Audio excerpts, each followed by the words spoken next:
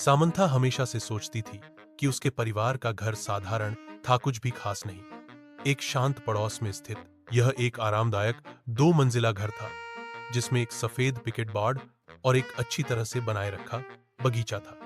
फिर भी जैसे ही उसने एक दोपहर धूल भरे अटारी में घूमते हुए उसकी नजर कुछ असामान्य चीज पर पड़ी।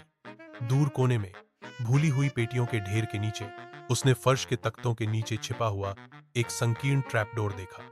जिज्ञासा पा उसे उत्सुक किया गया। वह घुटनों के बल बैठी और उसे खींचा।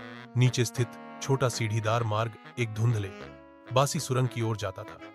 दीवारें पत्थर से बनी थी और एक हल्की ठंडी हवा अंदर से फुसफुसाती हुई प्रतीत होती थी। दिल धड़कते हुए सामंथा सावधानी से नीचे उतरी, उसकी टॉर्च अंधेरे को चीरती हुई।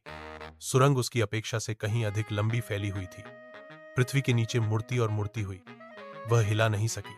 उसे यह महसूस हो रहा था कि वह अतिक्रमण कर रही है, कि कुछ उसका इंतजार कर रहा था।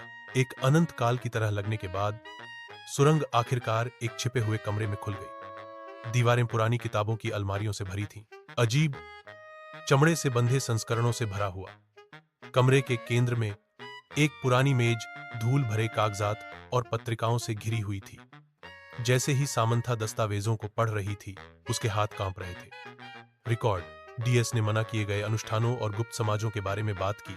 उसके परिवार का नाम बार बार उल्लेख किया गया। जितना गहरा उसने पढ़ा, उतना ही उसे एहसास हुआ कि उसके परिवार का इतिहास गहरे रहस्यों से जुड़ा था। रहस्य यह दफन रहने के लिए था। उसने कुछ ऐसा उजागर किया था जो किसी को नहीं पता होना चाहिए था, कुछ ऐसा जो पीढ़ियों से छिपा हुआ था। जैसे ही खोज का भार उस पर पड़ा, उसने सबसे हल्की आवाज सुनी। उसके पीछे से आवाज आई, एक फुसफुसाहट, धीमी और ठंडी।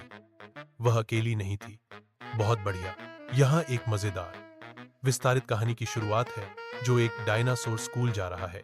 डिकेयर में डिनो, एक प्रागैतिहासिक स्कूल एडवेंचर फॉसिलविले नामक एक शांत शहर में, जहां रहस्यमय भूकंपों से फुटपाथ फट गए थे और पालतू जानवरों की दुकान अतिरिक्त बड़ी चबाने वाली खिलौने बेचती थी। केविन नाम का एक डायनासोर रहता था। केविन एन आपका औसत डायनासोर नहीं था।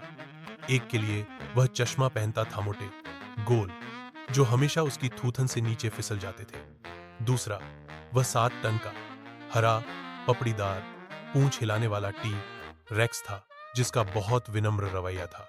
केविन को मूंगफली मक्खन सैंडविच भी पसंद थे और उसे उंगली से पेंटिंग करने का गहरा जुनून था।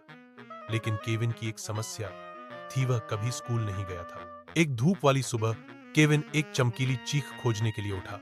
ओह, लिफाफा उसके मेल बॉक्स में अटका हुआ था, जो एक सड़क के किनारे लगे लैंप पर चिपकाए गए एक पुनः प्रयोजन वाले शिपिंग क्रेट से ज्यादा कुछ नहीं था। अंदर एक पत्र था जो ग्लिटरी जेल पेन से लिखा गया था। प्रिय केविन, आप आधिकारिक रूप से हैं श्रीमती फ्लफरनूडल की एकेडमी फॉर क्यूरियस क्रिएचर्स में नामांकित। स्कूल सोमवार को शुरू होता है। नाश्ता लाएं और शायद एक बैकपैक। ले, लाइब्रेरी में दहाड़ना मना है। सादर, प्रधानाचार्य स्पार्कल पैंट्स।